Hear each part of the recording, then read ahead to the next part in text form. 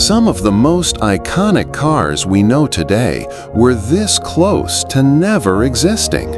From boardroom battles to near bankruptcy moments, these 9 legends almost got scrapped before they even hit the road.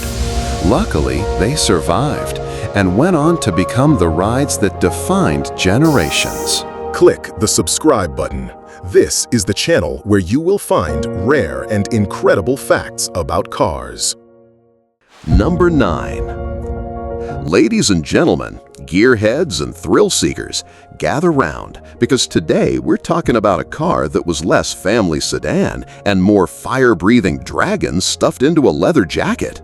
I'm talking about the 1992 Dodge Viper. The car Chrysler built when somebody in the boardroom said, "What if we just said screw it and made a 4-wheeled middle finger?" Now, let's rewind the tape.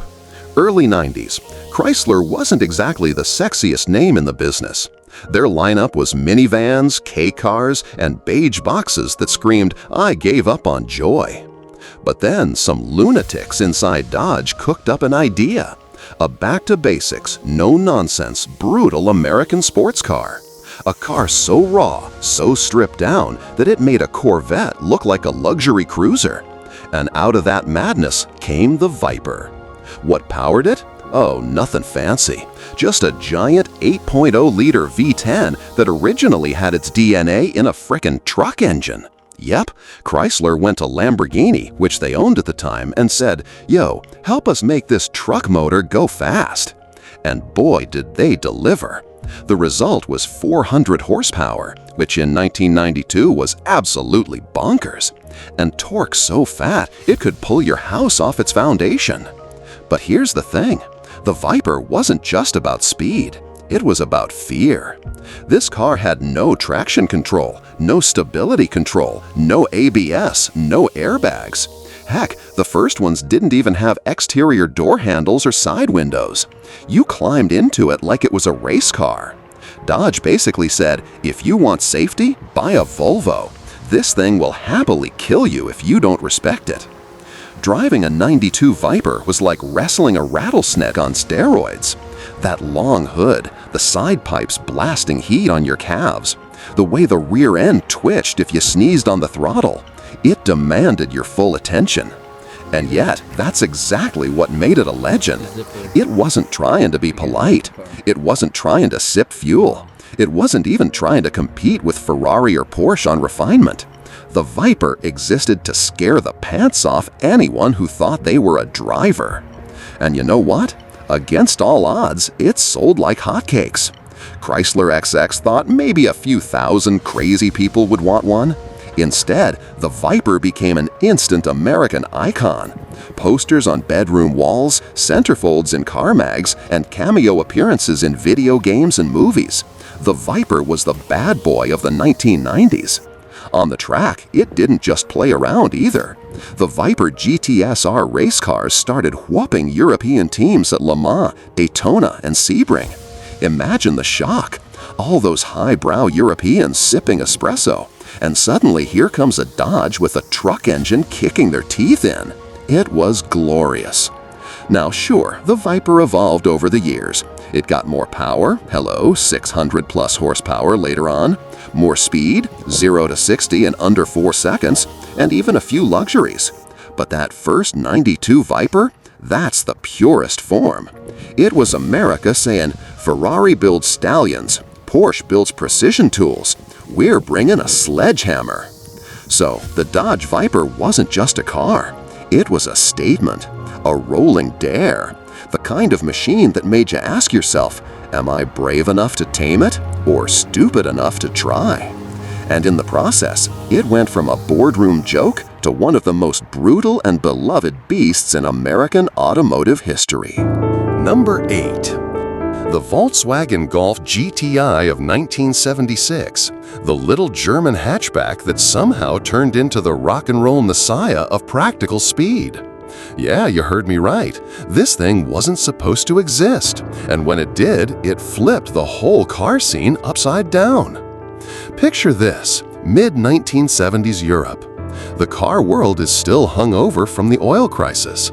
Gas is expensive, horsepower is practically outlawed, and most car companies are building small, boring econo boxes that make you feel like you're driving your grandma's sewing machine. Now here comes Volkswagen with the Golf, a nice, simple little hatch. Solid, reliable, German efficiency at its finest. It was meant for hauling groceries, not hauling down highways. But somewhere inside VW, a bunch of engineers said, "What if we made this thing fun?" And when I say engineers, I mean a group of absolute gearhead nerds who secretly decided to hot rod a family car. This wasn't corporate approved at first. Nope, it was practically a skunkworks project. They yanked a peppy little 1.6-liter fuel-injected engine, a big deal back then, stiffened up the suspension, bolted on some sportier brakes, and wrapped it all up in a sleeper body that still looked like your neighbor's sensible ride. Then, bam, the Golf GTI was born. Now, VW bosses at first thought it was too niche, too risky, like, who the heck wants a sporty hatchback? But the GTI didn't care about that. It was cheap, fast, practical, and fun all at once. You could blast through twisty roads on Saturday, then haul your groceries and kids on Monday. It was basically a 2-for-1 deal, the Swiss Army knife of cars. And here's the magic sauce. It wasn't scary speed, it was accessible speed. Unlike the Dodge Viper we talked about, the GTI didn't try to kill you, it just wanted to egg you on, like your bad influence friend whispering, "Hey, take that corner faster, bet you won't." The car only had around 110 horsepower at the start, but in a tiny, lightweight hatch, it felt like a pocket rocket. The thing was zippy, responsive, and more fun than it had any right to be. The looks? Iconic. Black grille with a red outline, tartan plaid seats, yes, plaid, because Germans have a sense of humor too, and that boxy little shape that screamed responsible adult while secretly hiding a rebel heart. It was like Clark Kent if Superman never bothered with the glasses. And here's the kicker. The GTI didn't just sell, it launched an entire genre. Without it, there's no Honda Civic Type R, no Ford Focus ST, no Renault Clio RS, none of that hot hatch madness we take for granted today. VW pretty much invented the idea that a family hatch could also be a backroad assassin. By the time the rest of the world realized what happened, the Golf GTI was already a cult hero. Car mags drooled over it, owners bragged about it, and competitors scrambled to build their own versions. It was like VW dropped the first mixtape and everyone else rushed to copy the sound. So let's give it up for the 1976 Golf GTI, the car that proved you don't need a giant V8 or a Lamborghini badge to have fun. You just need some clever engineers, a little German stubbornness, and the guts to sneak plaid seats into a performance car. Number 7. The Aston Martin DB5 from 1963. Yep, the car that basically became the international poster child for class, danger, and excuse me while I outrun a helicopter. Now, here's the thing. In the early 60s, Aston Martin wasn't doing so hot. They were building some gorgeous cars, sure, but selling them? Not exactly flying off the lot. Think of Aston like that fancy British restaurant that makes amazing 5-star meals but only has like 2 customers a week. Beautiful product, terrible business plan. They were basically one bad quarter away from packing up the silverware. Enter the DB5. On paper, it was just another Aston. 4.0-liter straight-six engine, about 280 horsepower, handmade bodywork that looked like it had been sculpted by angels on their day off, and a price tag high enough to make your accountant cry. It could do about 145 miles per hour, which in the 1960s meant you were basically flying without wings. But here's the kicker. Outside of rich folks and car nerds, nobody really noticed. And then James Bond walked in. In 1964, Goldfinger hit theaters, and suddenly Sean Connery is out there sliding behind the wheel of a silver DB5 that had more gadgets than Batman's utility belt. Machine guns behind the headlights, oil slick sprayers, bulletproof shield, ejector seat. Basically, it was Q Branch saying, let's turn a classy British GT car into a Swiss Army knife of death. And boom! Overnight, the DB5 wasn't just a car anymore. It was a legend. It went from, oh, that's a nice Aston, shame they might go bankrupt, to, holy smokes, that's James freaking Bond's ride. Sales spiked, Aston Martin suddenly had global recognition, and the DB5 became the automotive version of a movie star. Imagine being a struggling actor one day, then starring alongside Sean Connery the next. That's what happened to this car. The thing about the DB5 is, it wasn't the fastest car of its time. A Ferrari 250 GTO could smoke it. A Shelby Cobra would make it look like it was standing still. But none of that mattered, because the DB5 had something those cars didn't: style and swagger. It didn't just say, I'm fast. It said, I'm fast, I'm handsome, and I probably know how to order caviar in French. That Bond connection kept Aston Martin alive. No exaggeration. Without 007, there's a decent chance Aston would have gone under, and we'd never have gotten modern legends like the DB9 or Valkyrie. The DB5 didn't just save the company. It tied Aston Martin's identity to James Bond forever. To this day, whenever a new Bond film drops, you can bet the DB5 is making a cameo, usually with some ridiculous stunt that makes insurance companies cry. So what do we learn here, class? Sometimes it's not just about horsepower or torque or even sales numbers. Sometimes it's about being at the right place at the right time with the right spy. The DB5 wasn't just a car. It was a movie star, a fashion statement, and a financial lifeline. And if you're wondering what a car looks like when it's got the same level of cool as James Bond himself, well, it looks exactly like a silver Aston Martin DB5. Number 6. The Mazda MX-5 Miata. Yup, that tiny little roadster with pop-up headlights and a smiley face that looked like it just stole your lunch money. So here's the scene. The 1980s. Sports cars? Basically dead. Everyone was obsessed with boxy sedans, minivans, and cars that looked like refrigerators on wheels. The British roadsters from the 60s and 70s, MGs, Triumphs, Lotuses, had all either croaked or were on life support. Fun, affordable two-seater convertibles? Extinct. Driving enthusiasts were crying into their members-only jackets. And then Mazda said, hold my sake. In 1989, they pulled the covers off the MX-5 Miata at the Chicago Auto Show, and the crowd lost their minds. This wasn't some Ferrari nobody could afford or a Corvette that handled like a sofa on roller skates. This was a small, light, affordable sports car that regular folks could buy without selling a kidney. Under the hood, a humble little 1.6-liter four-banger making about 116 horsepower. Yeah, I know, today that sounds like leaf blower numbers. But here's the trick. The car only weighed about 2,100 pounds. That's lighter than your uncle's fishing boat.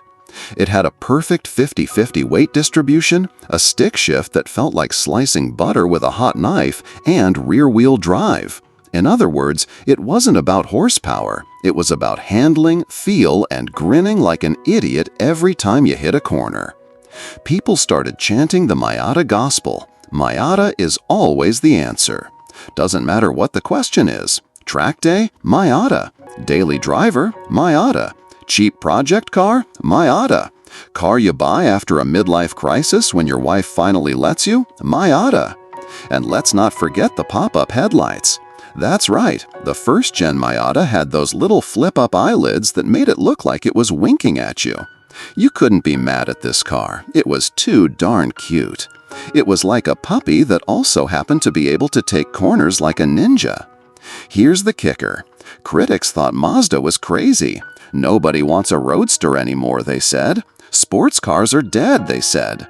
But the Miata went on to become the best-selling roadster of all time, over 1 million built and counting. That's not just success, that's world domination in the land of small convertibles. Why? Because the Miata tapped into the pure, uncut joy of driving. It wasn't about top speed or drag racing at the light. It was about sunny afternoons, twisting roads, top-down, wind in your face, and maybe a cassette of Bon Jovi blasting through the tinny speakers. It was the kind of car that made anyone feel like a driving hero. So what's the moral here? Sometimes the smartest gamble isn't building the biggest, fastest, or loudest car. Sometimes it's building the car that puts the biggest smile on people's faces. And the Miata? Well, it's proof that fun never dies. It just waits for a Japanese company to resurrect it with a 4-cylinder engine and a cheeky grin. Number 5. The Jeep Wrangler and its CJ lineage. Now, let's roll back the clock to the 1940s. World War II was on, and Uncle Sam needed a vehicle that could go literally anywhere. Mud, snow, jungles, deserts, bombed-out streets, didn't matter. So a bunch of companies threw their hats in the ring, and what rolled out was this squat little box on wheels called the Willys MB. The thing looked like it had been designed by a kid with a ruler and no patience, but oh boy did it deliver. Flat fenders, fold-down windshield, no doors, no nonsense. It was tough, cheap, and it worked. Soldiers loved it.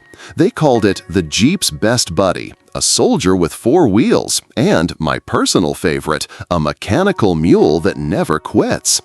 Dwight Eisenhower even said the Jeep was one of the 3 tools that won the war, right up there with the bazooka and the C-47 transport plane.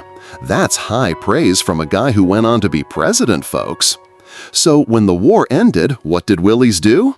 They said, "Hey America, want to buy one for your farm, your hunting trips, or just to look cooler than your neighbor's tractor?" Boom! Civilian Jeep production was born. The CJ, short for Civilian Jeep. Now here's the crazy part. This thing wasn't supposed to last. Every decade, somebody tried to pull the plug. Nobody needs these goofy little off-road boxes anymore, the bean counter said. Cars are about comfort and style, not bouncing around on leaf springs with canvas doors. But every time, the public said, don't you dare take away my Jeep. And let's be real, the Jeep CJ wasn't exactly comfortable. Riding in one was like strapping yourself to a shopping cart and pushing it down a gravel hill. The heater worked about as well as a hairdryer in a snowstorm, and the top, if you even had one, flapped like a circus tent in a hurricane. But man, the Jeep had character. It was the vehicle equivalent of your crazy uncle who chews tobacco, drinks black coffee, and can fix anything with duct tape and a crescent wrench.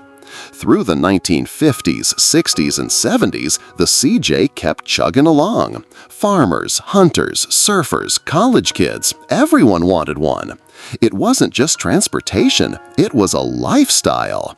You weren't just buying a Jeep, you were buying bragging rights that said, "Yeah, I can drive up that mountain if I feel like it. Can your Buick do that, Ted? Didn't think so." Of course, safety regulators eventually looked at the Jeep and went, this thing flips over like a waffle in a diner. The rollover reputation was legendary. Ralph Nader probably had a dartboard with a CJ on it. But instead of killing the Jeep, it somehow made it more badass. People wore it like a badge of honor. Yeah, it might tip over, but so will you if you've got the guts to try what I'm doing out here. And through all the threats of cancellation, all the gas crises, all the company bankruptcies, AMC, I'm looking at you, the Jeep just refused to die. It limped, it rattled, it leaked oil like a colander, but it never quit. Finally, in the mid-1980s, the CJ gave way to the Wrangler. Same DNA, just a little more civilized. By civilized, I mean they gave it doors that didn't fly off when you sneezed, and a heater that could actually melt ice.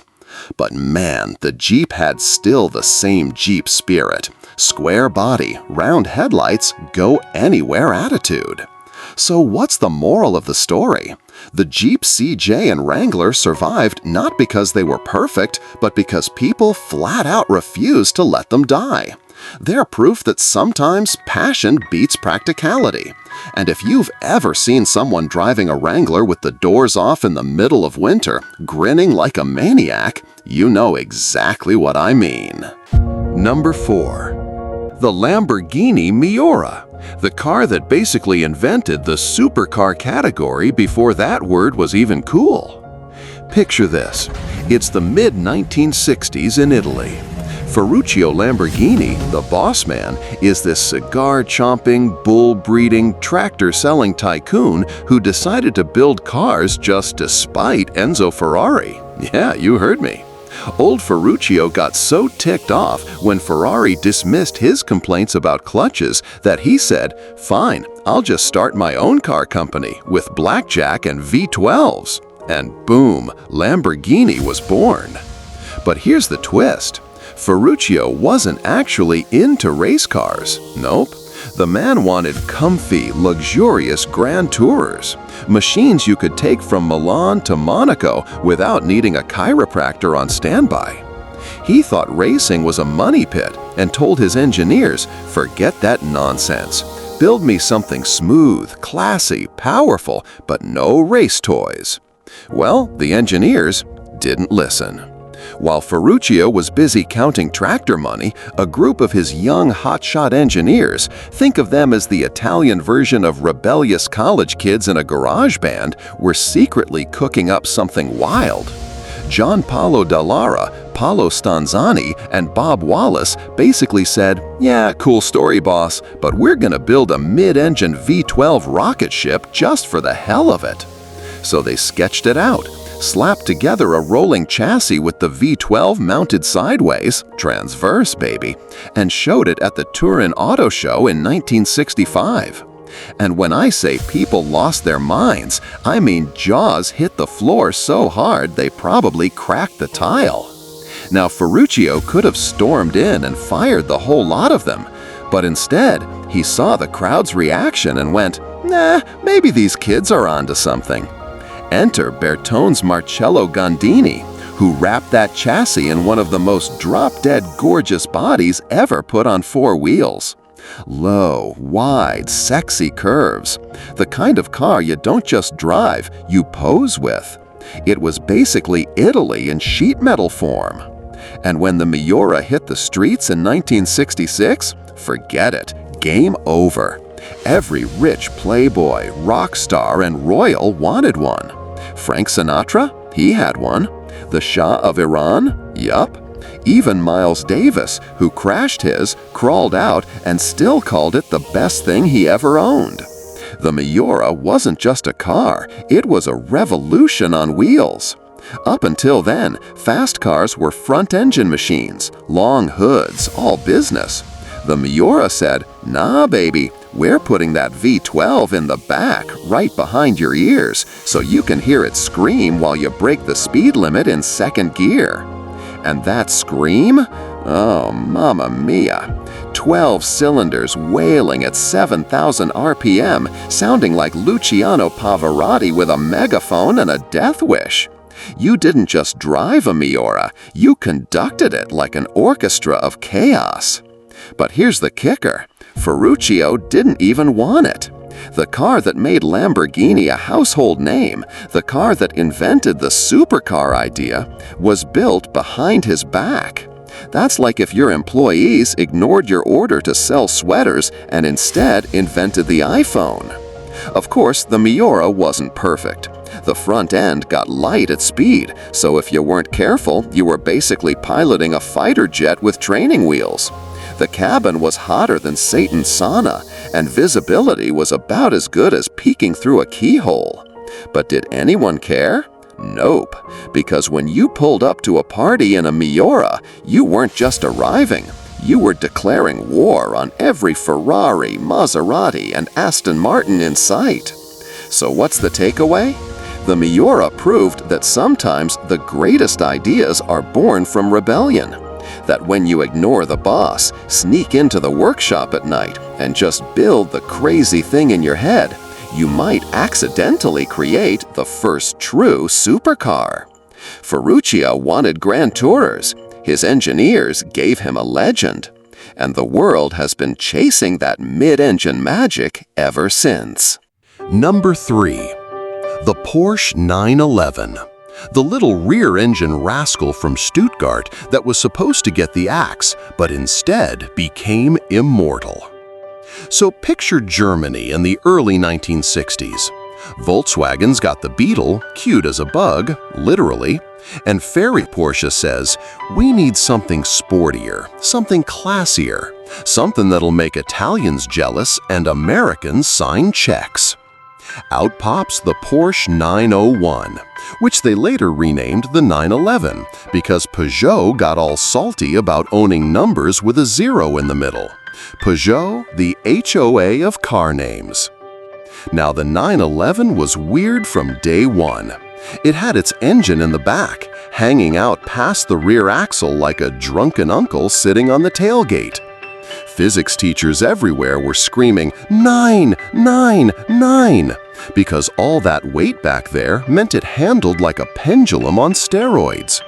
You lift off the gas too hard in a corner and wham, that car spun faster than a drunk ballerina. But here's the kicker, people loved it. It was fast, it was raw, it had that Boxer 6 sound like a sewing machine hooked up to a megaphone. Driving a 911 wasn't just transportation, it was a dare. Like, hey buddy, you got the guts to tame this thing? Fast forward to the 1970s. Porsche HQ is thinking, okay, cute car, nice history, but this rear-engine nonsense is old news. The future is front-engine GT cars. So they cooked up the 928, a sleek V8-powered spaceship with pop-up headlights and enough leather to upholster your living room. The suits at Porsche said, "Ja, this will replace the 911. Goodbye, little bug." Except, nobody wanted that. Porsche fans straight up rioted. Okay, maybe not with pitchforks, but they sent enough angry letters and bought enough 911s that Porsche had to backtrack real quick. It was like trying to cancel Coca-Cola Classic for New Coke all over again. The 928? Cool car, but it was the awkward kid at prom. The 911? That was the rock star smashing guitars on stage. And the 911 kept evolving.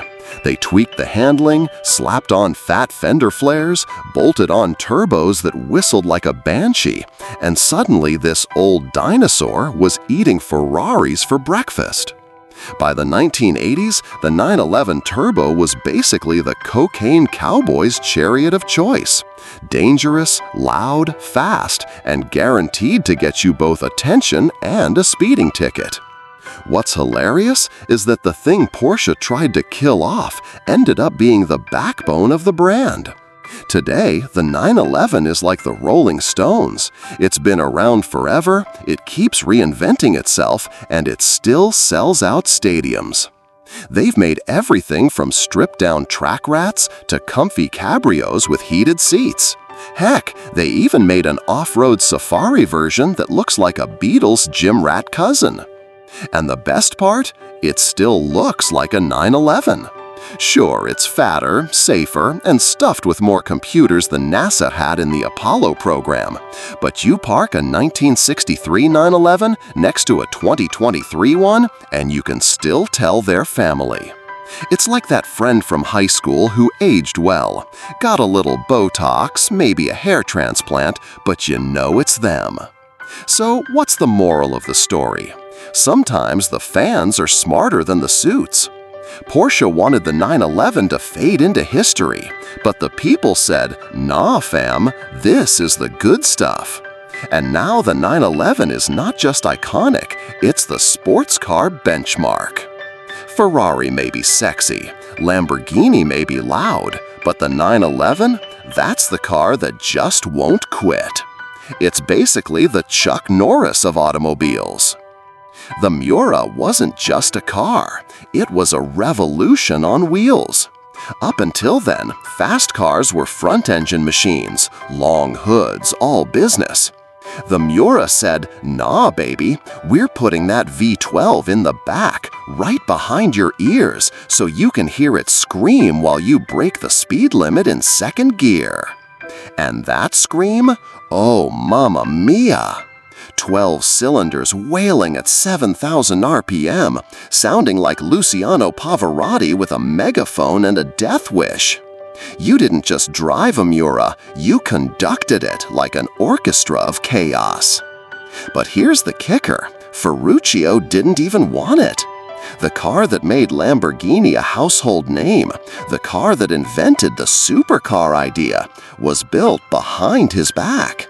That's like if your employees ignored your order to sell sweaters and instead invented the iPhone. Of course, the Miura wasn't perfect. The front end got light at speed, so if you weren't careful, you were basically piloting a fighter jet with training wheels. The cabin was hotter than Satan's sauna, and visibility was about as good as peeking through a keyhole. But did anyone care? Nope. Because when you pulled up to a party in a Miura, you weren't just arriving, you were declaring war on every Ferrari, Maserati, and Aston Martin in sight. So what's the takeaway? The Miura proved that sometimes the greatest ideas are born from rebellion. That when you ignore the boss, sneak into the workshop at night, and just build the crazy thing in your head, you might accidentally create the first true supercar. Ferruccio wanted grand tours. His engineers gave him a legend. And the world has been chasing that mid-engine magic ever since. Number 2. The Chevrolet Corvette. Yeah, that's right. The car we now think of as Bald Eagle on wheels, the red-blooded plastic rocket, almost got sent to the scrapyard of history after its very first year. So picture it, 1953, post-WWI America. Rock and roll is warming up, Elvis is shaking his hips, and Chevrolet says, "Hey, we need something sporty, something that'll make GIs coming home from Europe forget about those fancy Italian and British roadsters." They cook up this fiberglass-bodied beauty called the Corvette. And let me tell you, it looked hot, sleek, curvy, like Marilyn Monroe and chrome bumpers. But here's the problem.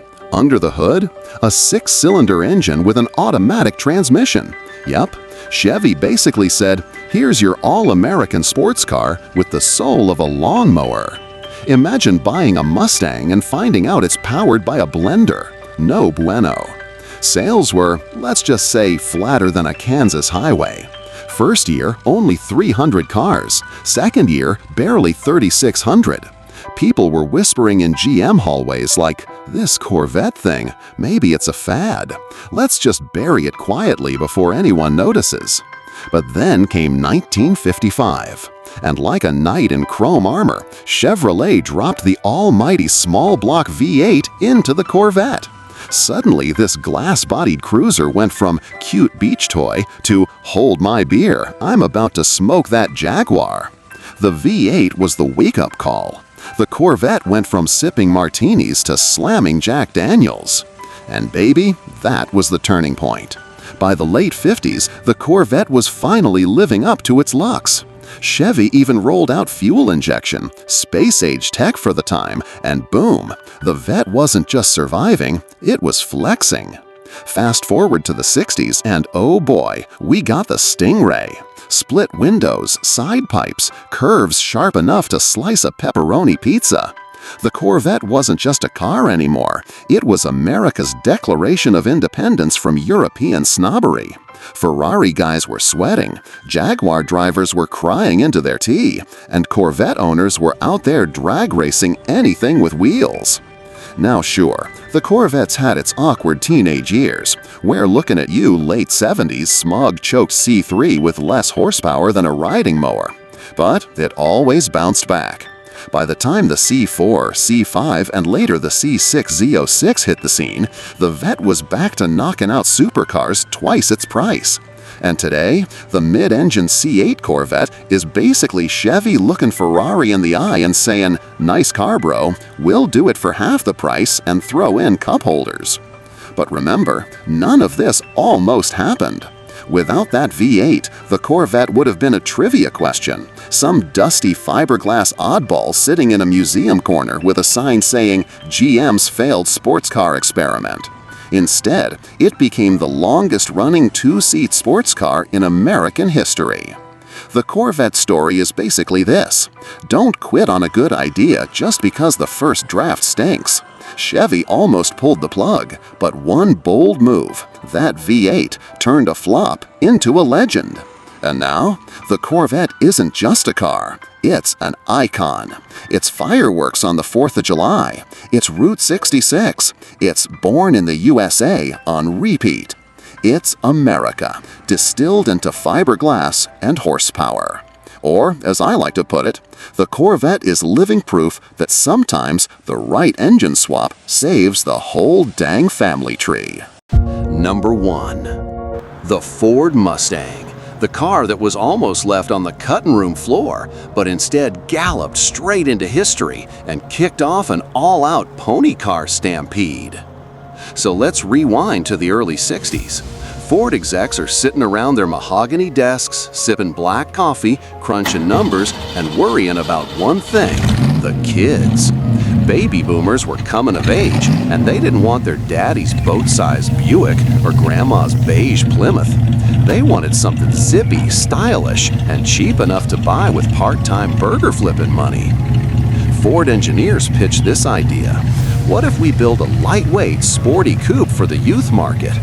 And the higher-ups just about choked on their cigars. A youth car? Pfft, sounds like a fad. Teenagers can't even afford gas, let alone buy a brand new car. Forget it. Yeah, corporate nearly killed the Mustang before it ever had a chance to neigh. But here's the kicker. Ford had a mad genius on the inside, Lee Iacocca. This dude was like the cool uncle at Thanksgiving who actually listens when you talk. He fought tooth and nail for the Mustang idea. He knew kids didn't just want cars, they wanted freedom, fun, and something to impress a date at the drive-in. He convinced Ford to roll the dice. Fast forward to April 1964, Ford unveils the Mustang at the New York World's Fair. Boom! Instant pandemonium. People were storming dealerships like it was Black Friday. Parents were shoving their teenagers aside to get the keys first. Ford had predicted maybe 100,000 sales the first year. Instead, over 400,000 Mustangs sold in year one. That's not just a hit, that's Beatlemania on 4 wheels. And this wasn't just a car, it was a movement. The Mustang invented a whole new category, the pony car. Compact, affordable, sporty coupes with long hoods and short rears. Within a couple years, Chevrolet, Dodge, Pontiac, AMC, heck, even Plymouth, all rolled out their own wannabes. The Camaro, Challenger, Firebird, Javelin, Barracuda, they were all chasing that Mustang magic. Now don't get it twisted, the Mustang wasn't just a cute youth car, oh no. You could option it mild or wild. 6-cylinder for the budget kids, V8s for the hot rodders. And when Carroll Shelby got his hands on it, enter the Shelby GT350. That car was basically a Mustang that drank jet fuel and punched Ferraris in the mouth. The Mustang became more than a car, it was a cultural icon. Steve McQueen drifted one through the streets of San Francisco in Bullitt, and suddenly every guy wanted to channel his inner bad boy. Songs were written about it, girls screamed for it, guys polished them in their driveways like they were crown jewels. And yet, let's remember, it almost didn't happen. Ford nearly threw the idea out with the trash. If Iacocca hadn't fought for it, the world might never have known the Mustang, and we'd all be stuck driving beige sedans, wondering why life feels so dull. Instead, we got a car that turned freedom into horsepower, that gave every 18-year-old a shot at feeling like a movie star. The Mustang started the pony car revolution, and that revolution never really ended. Because even today, nearly 60 years later, the Mustang is still kicking, still affordable, still mean, still making Camaros and Challengers sweat. And now with the EV Mach-E, it's even sparking controversy like the old days. Love it or hate it, you can't ignore it. So yeah, the Ford Mustang wasn't just a car. It was a bet on youth, a gamble that paid off so hard it reshaped American car culture forever. The Mustang proved that sometimes the dumb kid idea ends up becoming the homecoming king, the prom king, and the rock star, all rolled into one.